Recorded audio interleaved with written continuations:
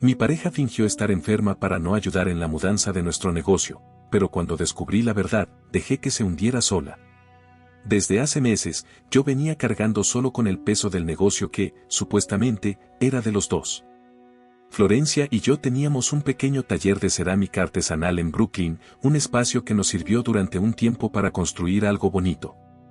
Tenía su encanto, sí, pero ya no nos alcanzaba. Entre el desorden, la falta de espacio para los hornos y el crecimiento de los pedidos, se estaba volviendo inviable. Fue ella quien, con ese tono entusiasta que usa cuando quiere sonar comprometida, dijo que era momento de mudarnos.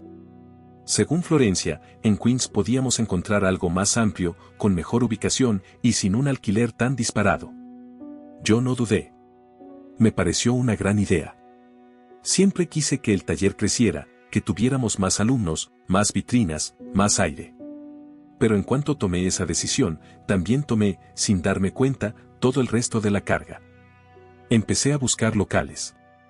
Caminé calles enteras, visité más de 15 espacios, negocié con arrendadores, revisé contratos, ajusté presupuestos y armé un cronograma para hacer la transición lo más ordenada posible. Mientras tanto, ella seguía metida en sus redes, en su proceso creativo, como le gustaba decir, probando nuevos esmaltes y subiendo fotos con frases inspiradoras. Cada noche, cuando volvía a casa con el cuerpo destruido de tanto trajín, me sentaba con ella en la cocina y le contaba todo, los avances, las dudas, las fechas, las cosas que necesitaba coordinar. Le pedía que por favor revisara la lista de alumnos para reprogramar los talleres, que llamara a los proveedores, que se encargara de avisar a los clientes frecuentes. Florencia asentía, me sonreía como si me estuviera dando una palmadita en la cabeza, y decía que yo era el mejor para eso. Confío en ti, amor. Tú eres más organizado que yo, repetía mientras se recostaba en el sofá a editar una foto de su última taza en forma de gato. No me quejaba. No en voz alta, al menos. Porque de algún modo me creía ese discurso de que éramos un equipo, aunque yo sintiera que ella solo aparecía para posar y recibir los aplausos. Y así llegó el gran día. El día que teníamos marcado en el calendario desde hacía más de un mes. Teníamos que entregar las llaves del local de Brooklyn antes del lunes, y ese sábado era la única ventana posible para hacer toda la mudanza. Ya había rentado una furgoneta, tenía todo embalado, las cajas etiquetadas, los hornos desconectados, los muebles desmontados y los trapos listos para el polvo inevitable. Me desperté temprano, como si fuera un día de examen. Me aseguré de llevar agua, guantes, cinta adhesiva extra. Apenas me estaba ajustando los zapatos, me llegó su mensaje. Amor, me siento fatal. Me desperté con fiebre y estoy vomitando. No creo que pueda ayudarte hoy. Lo siento muchísimo, de verdad intenté levantarme pero no puedo. Me detuve unos segundos, con el teléfono temblando en la mano. Mi primera reacción fue preocupación. La imaginé pálida, doblada sobre el inodoro, con frío.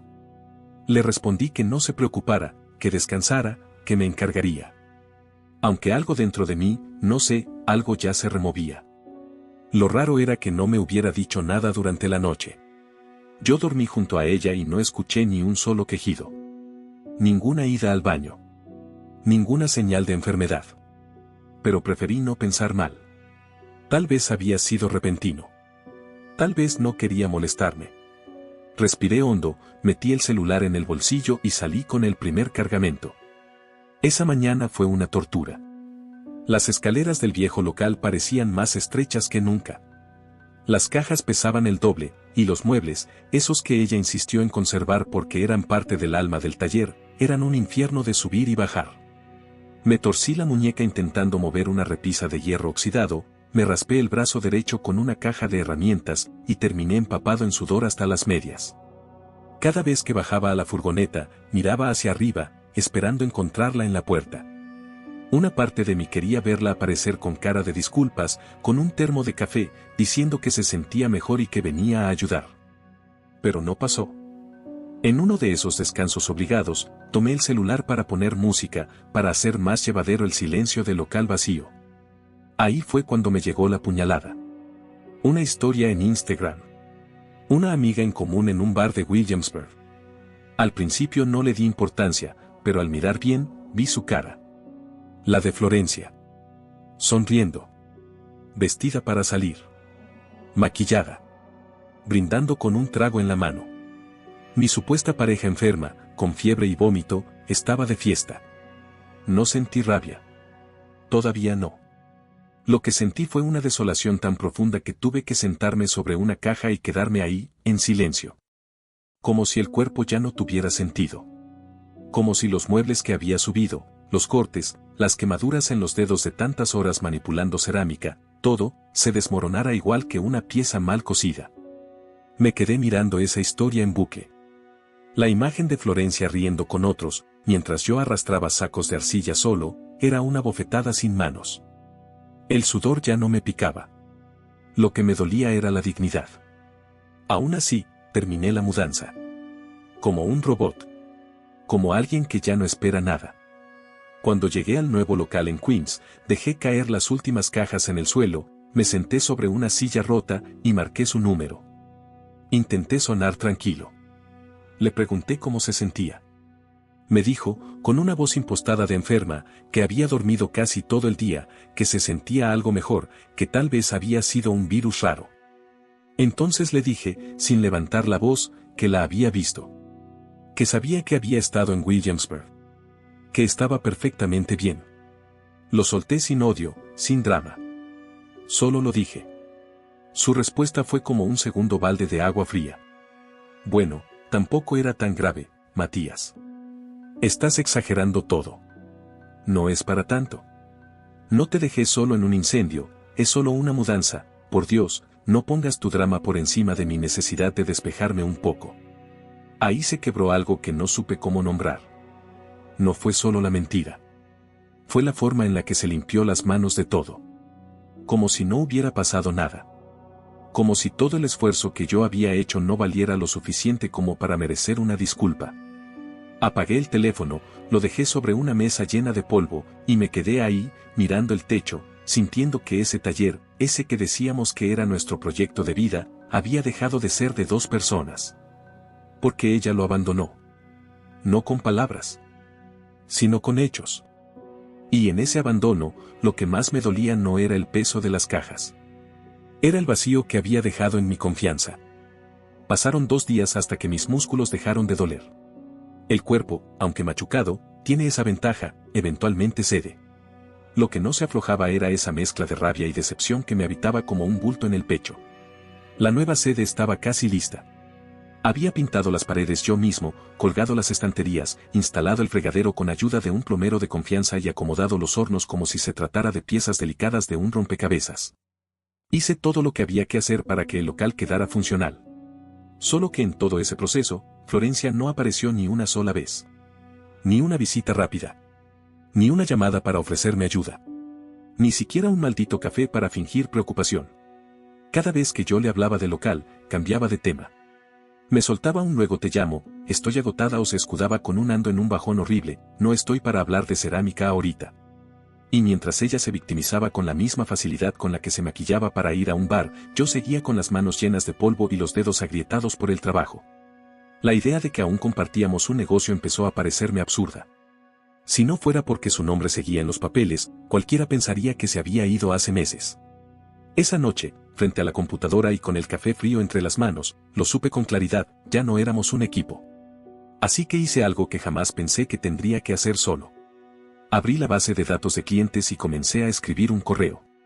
La lista era modesta, pero valiosa. Gente que había comprado nuestras piezas, alumnos de talleres, contactos de ferias y eventos del gremio artesanal. Pensé cuidadosamente cada palabra. No quería sonar vengativo, pero tampoco me iba a callar mientras ella seguía posando como la artista sufrida que necesitaba espacio para encontrarse. El asunto decía simplemente, nos mudamos. El cuerpo del correo era sobrio. Hola a todos. Queríamos compartir que nuestro estudio de cerámica ha sido trasladado a un nuevo espacio en Queens. Ha sido un proceso de mucho trabajo y dedicación. Por motivos de salud, mi socia no pudo estar presente durante la mudanza, pero esperamos contar con ustedes en esta nueva etapa. Gracias por el apoyo de siempre. Sin adornos. Sin ataques. Pero tampoco sin verdad. Lo releí unas 4 veces antes de enviarlo. Y cuando por fin hice clic en enviar, no sentí culpa. Sentí alivio. Si Florencia había decidido ausentarse, mentir, borrarse del mapa, entonces lo justo era que su ausencia se notara. No solo en el taller. También en la comunidad que ella tanto cultivaba en redes sociales. Porque las comunidades, las reales, no se sostienen con fotos bonitas de tazas ni frases de autoayuda en cursiva. Se sostienen con presencia. Con responsabilidad. Con compromiso. Y ella había renunciado a todo eso sin pestañear. Al día siguiente empezaron a llegar respuestas. La mayoría eran cálidas, felicitaciones, mensajes de aliento, gente diciendo que pasarían a conocer el nuevo espacio. Pero también hubo algunos mensajes con un tono distinto. Una clienta habitual escribió preocupada: ¿está todo bien con Florencia? La última vez que hablamos parecía tan emocionada por la mudanza. Otro canceló su participación en un taller agendado para el mes siguiente. Dijo que prefería esperar a que todo estuviera más estable. Ahí supe que el mensaje había surtido efecto. No dije nada abiertamente, pero la grieta estaba marcada. La ausencia de Florencia se volvió evidente para todos. Y no porque yo la expusiera, sino porque ella misma se había borrado. No le comenté nada a ella. Dejé que el silencio hiciera lo suyo. Mientras Florencia seguía subiendo selfies con copa en mano desde otro bar, esta vez en Bushwick, los clientes empezaban a preguntarse por qué ya no la veían. Y ese tipo de preguntas, cuando vienen del círculo más cercano, pesan más que cualquier reclamo mío. No tenía que difamarla. Solo tenía que seguir trabajando. Su propia inacción hablaba más alto que cualquier cosa que yo pudiera decir. Una semana después, mientras actualizaba la agenda de reservas para los nuevos talleres, empecé a notar algo más. Algunos de los clientes frecuentes, los que nunca faltaban, empezaron a cancelar o posponer. Uno escribió: espero que Florencia se recupere pronto. He oído cosas y no me sentiría bien viniendo sin saber que está bien. He oído cosas. Me quedé mirando ese mensaje un buen rato. Así que me metí en uno de los grupos de Facebook donde solíamos promocionar nuestros cursos. Y ahí estaba la bomba, una publicación de alguien que no conocía, preguntando si sabían qué pasaba con las chicas del taller de cerámica de Brooklyn que se mudaron a Queens. Porque habían visto mensajes confusos y no entendían por qué solo uno de los socios estaba al frente. Lo peor no fue la pregunta. Fue lo que siguió. Gente comentando que Florencia nunca estaba en el local. Que hablaba mucho del proyecto en redes pero que en la práctica parecía estar en otra cosa. Que era raro verla más en eventos que en el taller.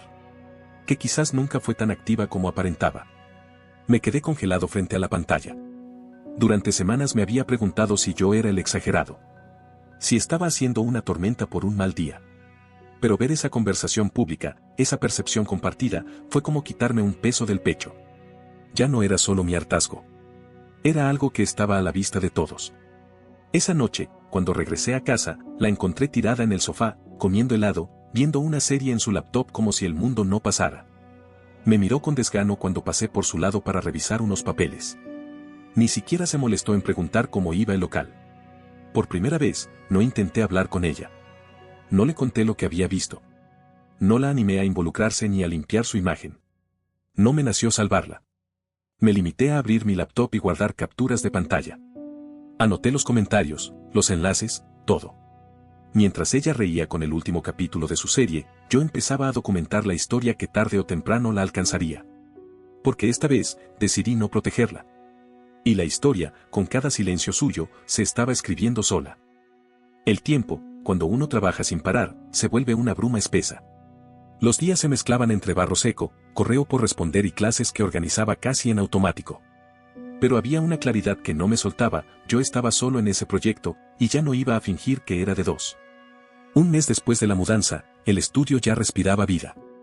Las vitrinas estaban llenas, los hornos funcionando, las clases reactivadas y el calendario completo por al menos 6 semanas. El taller tenía energía propia.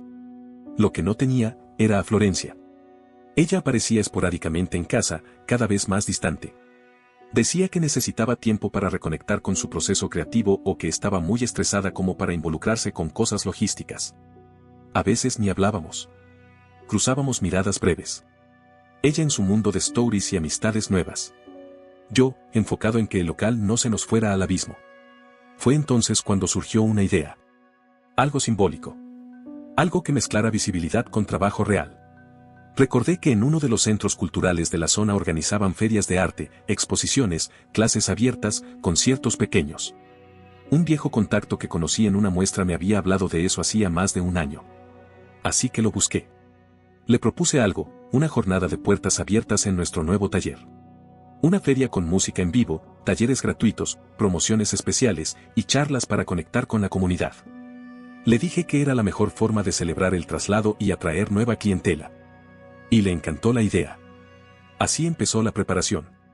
Me dediqué a todo: proveedores, patrocinadores, artistas invitados, bebida, sonido, organización del espacio, difusión por redes y por volanteo en el barrio. No dormía más de 5 horas al día. Pero me sentía vivo. Cada vez que le mencionaba el evento a Florencia, se encogía de hombros. Me decía que ya vería si iba, que no estaba segura de querer exponerse, que socializar la estresaba. Que si acaso, pasaba un rato solo para saludar y se iba. Yo, tranquilo, le decía que no había problema.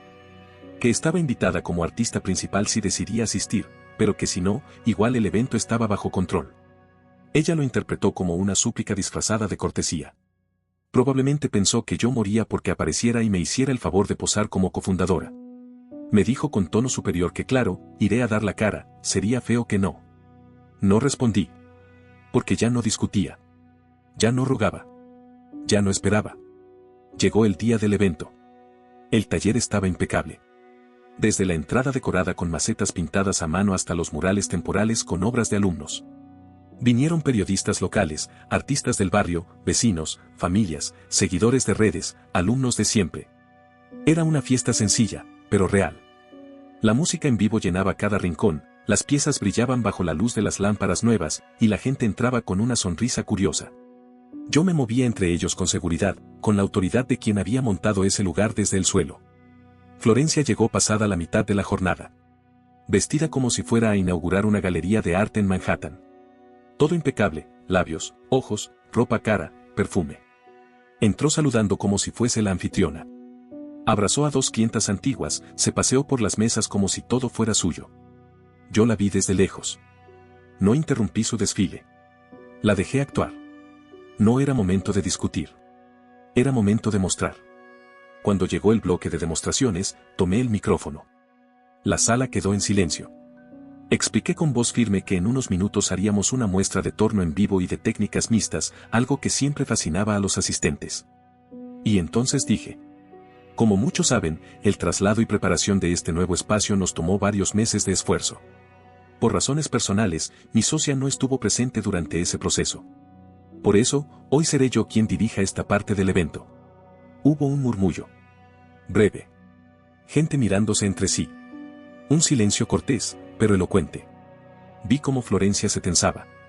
Sus dedos recorrieron el borde del vestido, su expresión se endureció. Dio un paso como queriendo interrumpirme, pero ya era tarde. Yo ya estaba avanzando hacia el torno, rodeado por un grupo de niños y adultos con ojos brillantes. Durante la demostración, moldeé una pieza desde cero mientras explicaba paso a paso cómo trabajar la arcilla húmeda, cómo leer la textura, cómo corregir errores sin empezar de nuevo. Cada palabra tenía peso. Cada gesto, propósito.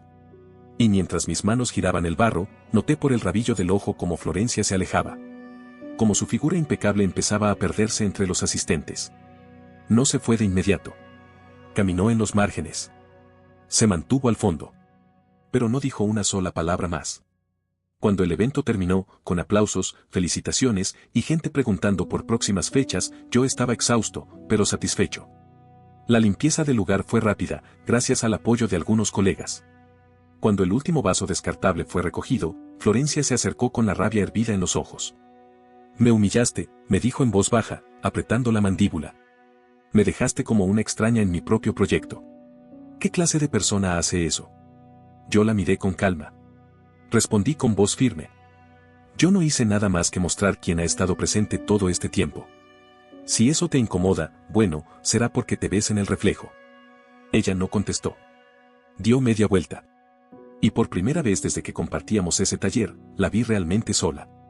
No como alguien que busca espacio, sino como alguien que ya no lo tiene. Los días siguientes al evento fueron como un eco que no se apagaba. Algunos me escribieron para felicitarme, otros solo pasaban por el taller a saludar y decir que el ambiente había sido inspirador. En todos los comentarios había una constante: Florencia no fue parte de ellos. No me alegraba. No buscaba eso. Pero tampoco lo lamentaba. Ya no. Las semanas avanzaron y la tensión entre nosotros se volvió un hilo tenso, invisible, pero presente en cada rincón de la casa. Cada vez que hablábamos, cuando hablábamos, ella traía a la conversación esa noche. Que yo no le di espacio. Que no la defendí. Que permití que la gente la juzgara. Yo escuchaba en silencio. Ya no necesitaba justificarme. Lo que había pasado hablaba por sí solo. No me importaba su percepción. Me importaba el negocio. Y yo no estaba dispuesto a dejar que sus emociones inestables se llevaran por delante el taller que construí con las manos, el cuerpo y los días que ella pasó en fiestas. Fue entonces cuando decidí cortar los hilos. No los emocionales, esos ya estaban deshechos, sino los legales. Contacté a un abogado especializado en pequeñas sociedades. Le expliqué la situación con calma, sin adornos. Me dijo que si podía demostrar abandono de responsabilidades por parte de uno de los socios, había forma de reclamar la propiedad total del negocio. Me pidió pruebas. Yo las tenía todas. Correos, registros de asistencia, fechas de talleres cancelados por su ausencia, mensajes de clientes preocupados, capturas de pantalla de sus redes sociales en fechas clave.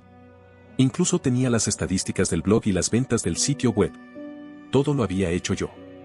Ella no figuraba en nada desde hacía meses. El proceso fue lento, pero firme. Armar el expediente me tomó semanas. Revisé cada mensaje, organicé cada documento. El abogado fue claro, el caso era sólido. En menos de 2 semanas, recibí la notificación oficial, yo era ahora el único propietario legal del estudio.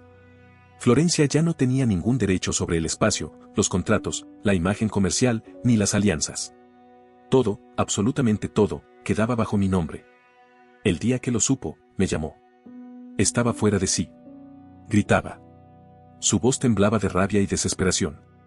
Me acusó de robarle su sueño, de destruirla, de apuñalarla por la espalda. Dijo que no lo iba a permitir, que iba a pelear. Yo la dejé hablar. Cuando se quedó sin aliento, le respondí con voz firme pero tranquila. Nadie te quitó nada, Florencia. Solo dejé de sostener lo que tú misma abandonaste. Los papeles no mienten. Las pruebas están. Si quieres recuperarlo, tendrás que demostrar que cumpliste. Y tú y yo sabemos que eso no es verdad. Hubo un silencio. Largo. Casi incómodo. Por un momento creí que había colgado. Pero no. Solo susurró algo, como si ya no tuviera fuerza. Esto no va a quedar así. No respondí. Colgué con calma, me serví un vaso de agua y me senté en la recepción del taller. Por primera vez en meses, sentí que el espacio respiraba conmigo. Que era mío, de verdad. No solo en lo legal. En lo simbólico. En lo emocional. En lo que significaba. Ella había usado ese lugar como vitrina. Yo lo convertí en un taller. Y ahora, por fin, podía respirar sin tener que mirar por encima del hombro. Pasaron algunas semanas. El taller prosperaba. Los talleres grupales se llenaban. Empezamos a recibir propuestas de colaboración. Y yo decidí hacer algo más. Algo que cerrara el ciclo. Siempre habíamos tenido un pequeño blog, uno que Florencia jamás quiso tocar porque, según decía, no era buena con las palabras.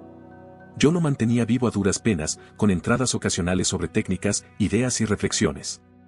Esa noche, ya con el local vacío y en silencio, abrí el blog y escribí una entrada. La titulé Cómo reconstruir la confianza tras un abandono inesperado. No mencioné nombres. No señalé a nadie. Solo conté una historia. Hablé del esfuerzo de sostener un negocio cuando quien prometió estar se desvanece. De lo que cuesta continuar cuando alguien decide que su tiempo vale más que tu espalda rota. De lo necesario que es tomar decisiones difíciles, incluso cuando duelen. No lo escribí para hacer daño. Lo escribí para decir mi verdad. Para dejar constancia. Para compartir lo que muchos emprendedores callan. Agradecí a quienes se quedaron, a quienes confiaron, a quienes entendieron que el arte también se construye con barro en las uñas y no solo con filtros en Instagram. Publiqué la entrada, cerré la laptop y me fui a dormir. Al día siguiente, el blog explotó. Se compartió en comunidades artesanales, en grupos de emprendedores, incluso en cuentas grandes que dejaron comentarios llenos de apoyo. Gente contaba sus propias historias. Decían sentirse identificados. Agradecían la sinceridad. Y entonces supe que había hecho lo correcto. Del otro lado, supe por conocidos que Florencia estaba buscando trabajo como camarera en un bar donde solía ir. Ya no tenía acceso al taller, ni a los hornos, ni a los clientes. Estaba tratando de reunir dinero para volver a hacer piezas por su cuenta. A veces me preguntaban si me daba pena. Si no había sido demasiado. Si no podía haberle dado otra oportunidad. Siempre respondía lo mismo. Yo no la destruí. Solo dejé de sostenerla. Un castillo de naipes no necesita enemigos. Solo necesita que el que lo sostiene, se canse. Y yo, Matías, me cansé. Me cansé de mentirme, de justificar, de cargar solo con un proyecto que nació de dos bocas, pero que solo una sostuvo. Hoy el taller vive. Respira. Crea. Y yo estoy en paz. Florencia, bueno, ella tendrá que encontrar su camino. Pero ya no es conmigo. Ni con el nombre de este lugar. Y eso, sinceramente, ya no es mi problema. No olvides dejar tu opinión en los comentarios, dejar tu like y compartir este video.